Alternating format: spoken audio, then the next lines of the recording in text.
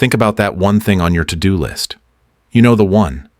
That project you need to start, the skill you want to learn, that difficult conversation you need to have. You know logically that doing it will make your life better. But when you think about starting, it feels like hitting an invisible wall. Your body feels heavy. Your mind suddenly finds a million other things that are way more interesting. Checking your email for the 10th time, scrolling through social media, watching another YouTube video. This isn't just a feeling, it's a battle, a silent war happening inside your brain every single day.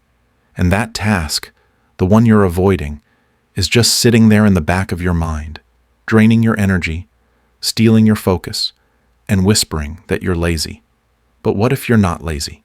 What if you've just been fighting this war with the wrong strategy?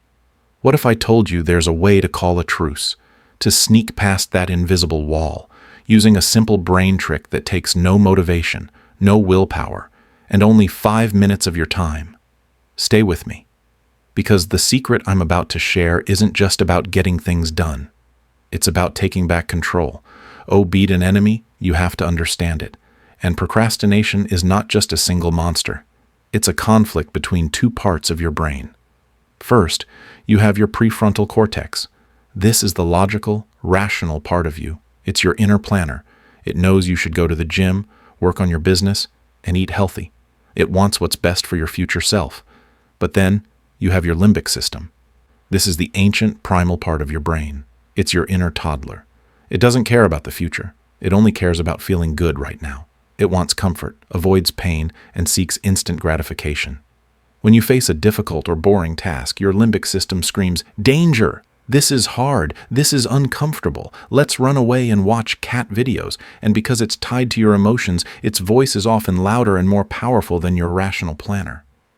This creates the painful procrastination loop. 1. You think about a task. 2. Your limbic system triggers feelings of dread and anxiety. 3.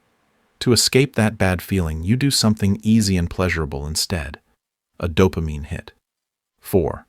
The temporary relief feels good, which trains your brain to repeat the avoidance. 5. Later the guilt sets in, and the task is now even bigger and more stressful, making your limbic system even more likely to run away next time. It's a vicious cycle. And every time you give in, you're teaching your brain that avoidance is the best way to handle discomfort. So how do you stop this war? You don't fight it head on. You negotiate a peace treaty, and that treaty is the 5-minute rule. The rule is this: whatever task you are avoiding, you will commit to doing it for only 5 minutes. Let's be crystal clear. You are not trying to finish the task. You are not trying to do a huge chunk of it. You are not even trying to do it well. Your only goal is to press start and work on it for 300 seconds. Imagine you want to write a book. The idea of writing a book is huge and terrifying. Your limbic system is already freaking out. But what about opening a document and writing whatever comes to mind for 5 minutes? That's nothing. It's so small, so manageable, so non-threatening that your inner toddler doesn't even throw a tantrum. You set a timer, you open the document, you write. The sky is blue. I don't know what to write. This is a sentence. It doesn't matter what you write. When the timer rings, you have full, unconditional permission to stop. You can close the laptop and walk away, completely guilt-free. Why? Because you didn't fail. You succeeded at your actual goal, which was to work for 5 minutes. This sounds almost too simple to be true, but its power lies in the deep scientific reasons why it works. This rule is a masterclass in hacking your own psychology. Here are the 4 key reasons it breaks the procrastination loop. First, it disarms your brain's alarm system. As we said, your limbic system sees a big project as a threat and triggers a fight-or-flight response. The 5-minute rule is like a secret password. It's so small that it slips right past the guards. There's no big, scary monster, so the alarm never goes off. You bypass your own resistance effortlessly. Second, it activates the Zeigarnik effect. This is a fascinating psychological principle that says our brains are wired to remember unfinished tasks better than finished ones. When you start a task, Even for just 5 minutes, you open a loop in your brain. Your brain doesn't like open loops. It wants to close them. That's why, after the 5 minutes are up, you'll often feel a strange pull to continue. You've created a mental itch, and your brain wants to scratch it. Asterisk fourth. It changes your identity. Asterisk, this might be the most powerful reason of all. Every time you procrastinate, you cast a vote for the identity of I am a procrastinator. You're telling yourself, I'm the kind of person who avoids hard things. But every time you use the 5-minute rule, you cast a vote for a new identity. I am the kind of person who takes action. You might not finish, but you started. And your brain starts to believe this new story. You're not trying to be a different person. You're proving to yourself, in 5-minute increments, that you already are now. The rule is simple, but it's not always easy. Here are the 2 most common traps people fall into. Asterisk trap number 1. Your 5-minute task is a hidden 1-hour task. Asterisk, sometimes we trick ourselves. We say, I'll just organize my entire garage for 5 minutes. But your brain knows that's a huge job. You have to be honest and shrink the task until the resistance vanishes. Organize the garage becomes take 1 bag of trash out of the garage. Write a report becomes open the document and write the headline. Make it ridiculously small.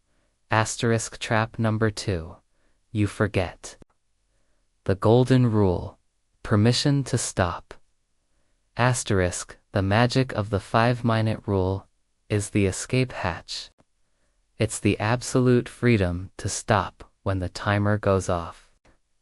If you start telling yourself, I have to work for 5 minutes and then I must continue, you've just created a new, scary rule. Your limbic system will see right through it and the resistance will come roaring back. Always honor the deal you made with your brain. You can stop. The choice to continue must be yours, not an obligation. Asterisk conclusion. Your first 5 minutes to a new life. Asterisk for years. You've been waiting. Waiting to feel motivated. Waiting for the right time. Waiting for inspiration to strike. The 5-minute rule teaches us that's all a myth. You don't wait for motivation. You create it. Action is the spark that ignites motivation, not the other way around. That life you want. The goals you dream of. They aren't built in one giant, heroic leap. They are built in thousands of tiny 5-minute blocks of focused effort. This isn't just about cleaning your room or sending an email. It's about taking back the power. It's about proving to yourself that you are in control. It's about starting. So if this video helped you see a way past your own invisible wall, asterisk, hit that like button. Asterisk, it's a huge help to the channel. And for more practical guides to understanding your own mind, asterisk, make sure you subscribe. Asterisk now, for your first act of rebellion against procrastination. In the comments below, tell me the asterisk 1 task asterisk you are going to use the 5-minute rule on the second you finish this video. Let's make a public commitment. Thank you for watching. The war in your brain doesn't have to be a war at all. It just needs a better strategy. Now go and win your first 5 minutes.